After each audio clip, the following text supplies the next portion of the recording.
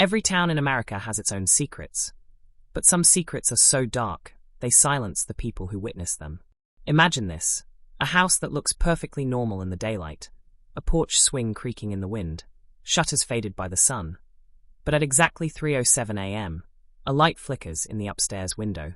The power is cut. No one lives there. So who, or what is standing inside? This is where the real story begins.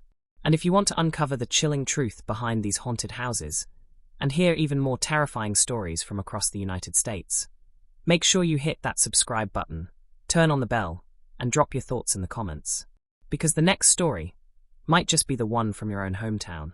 On a quiet street in New Orleans, where Spanish moss drips from the ancient oaks, and the air feels heavy even at night, there stands a house no one dares to enter alone. Locals cross the street when they pass it. Tour guides whisper about it, their voices lowering as if the house itself might be listening. But no one ever tells the full story, because no one who's gone in after dark has stayed long enough to explain. They say the front gate creaks open on its own, even when locked. The glass windows don't just reflect the streetlights. They show something else, faint shadows moving when no one is inside. People claim the house pulls you in, not with force, but with curiosity so sharp it cuts. And once you step across the threshold, the air changes. The silence is so loud, you swear you can hear your own heartbeat echoing against the walls.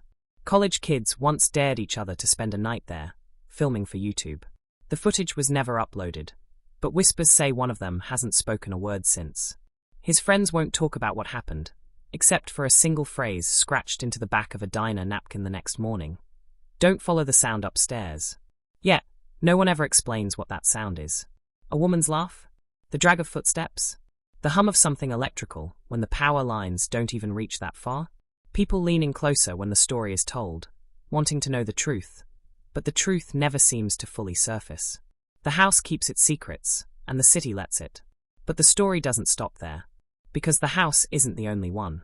In the far reaches of Massachusetts, tucked deep in the woods where the snow covers even the smallest trace of footsteps, there's another house with a history so dark it's said to change the air for miles. Hunters claim their rifles jam near its property line. Hikers say the trees seem to bend toward it, as if they're listening. And the most chilling rumor? No matter how many times locals board up the doors and windows, by morning, the wood is always stacked neatly outside, as if the house refuses to stay locked. People wonder if these houses are connected. If there's some thread tying them together, stretching across the country, binding forgotten tragedies to places still standing today. Each story sounds too wild to believe. Yet every town has its version, its whispered warnings passed down at diners, around campfires, even at family tables during Thanksgiving. And maybe that's the question no one can quite shake.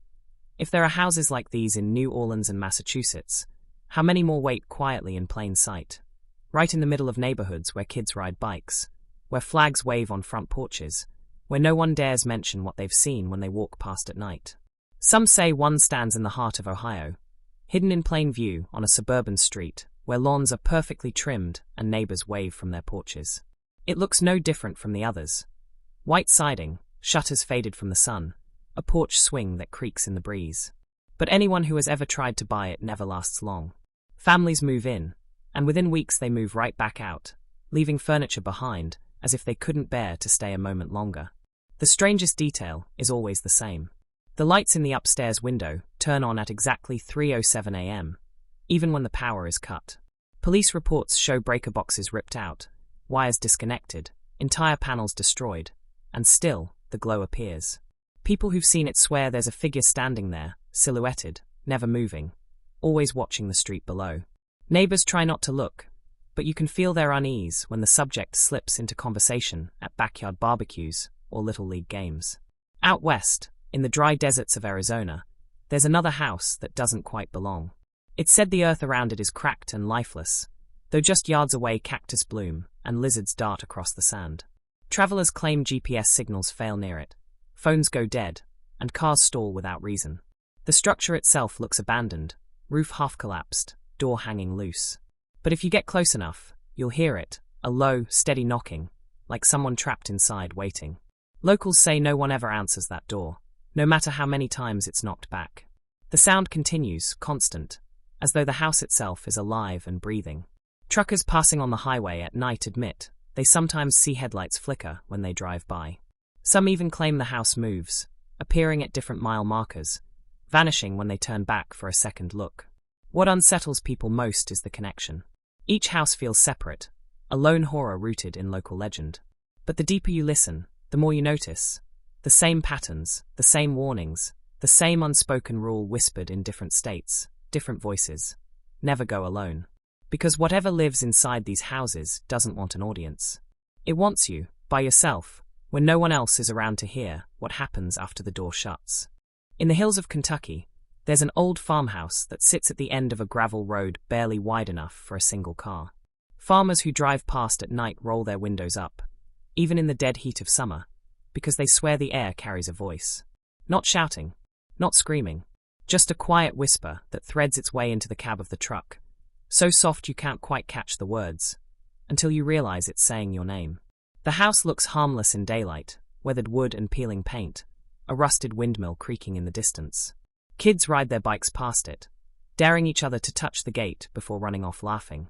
But when dusk settles and the crickets start their endless chorus, that house changes.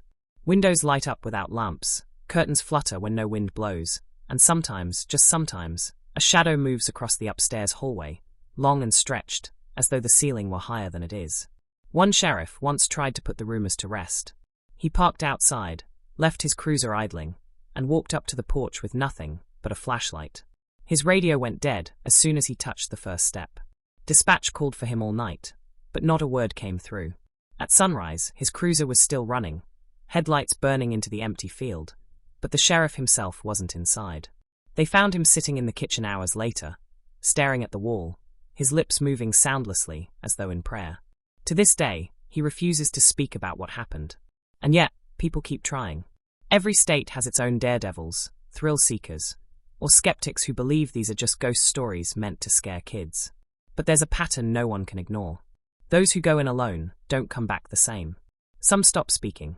Some move away without warning. And some aren't seen at all. Which leaves the question hanging like a storm cloud over the quiet towns and busy cities alike. Are these houses simply cursed places? Or are they connected to something far larger? Something that doesn't just haunt walls and rooms, but waits patient inside the places we trust most. Because if the houses are calling, it isn't random. And the next one could be waiting, silently, just down the street from where you live. In a quiet neighborhood outside Chicago, kids carve pumpkins on porches in October, flags wave on the 4th of July, and the smell of backyard grills fills the air all summer long. It feels safe, ordinary, the kind of place where nothing out of the ordinary should ever happen. But at the end of the block stands a 2-story house that's never quite blended in. Its grass never grows, even when every other yard is thick and green. Its windows are always dark, no matter the season. And every Halloween, without fail, someone swears they see a light flicker in the attic window, just for a second. Most families don't talk about it, but there's one story they whisper when they think no one else is listening. A boy once went missing on that street, decades ago, walking home from a friend's house after dark. Search parties combed the neighborhood. Police dogs traced every yard, but his trail ended at the gate of that house. No footprints inside, no sign of entry, just nothing.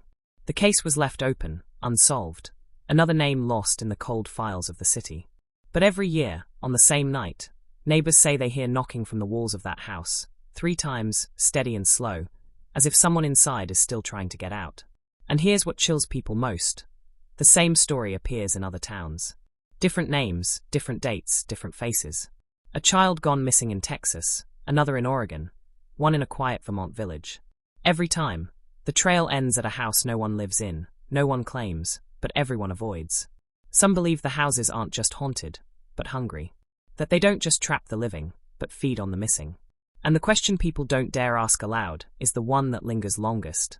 If the houses are connected, if they are part of something larger than any single town, then how many doors across America are waiting to open the moment you step too close? And maybe that's the most unsettling part. These houses aren't in some far-off country or buried deep in forgotten forests. They're here, woven into the very fabric of American life. A boarded-up Victorian on a small-town corner. A farmhouse at the edge of a cornfield. A suburban home that looks just like every other on the block. They sit quietly, waiting, while life moves on around them. Every town has its own legend. Every family has a story they don't tell outsiders. And whether you believe them or not, whether you call them curses, coincidences, or just ghost stories passed around to keep kids indoors after dark, the warnings remain the same. Don't follow the sounds upstairs. Don't answer the knock. And whatever you do, never, ever step inside alone. Because in America's darkest corners, behind doors that look just like yours, some houses don't want to be left empty. Some houses are waiting.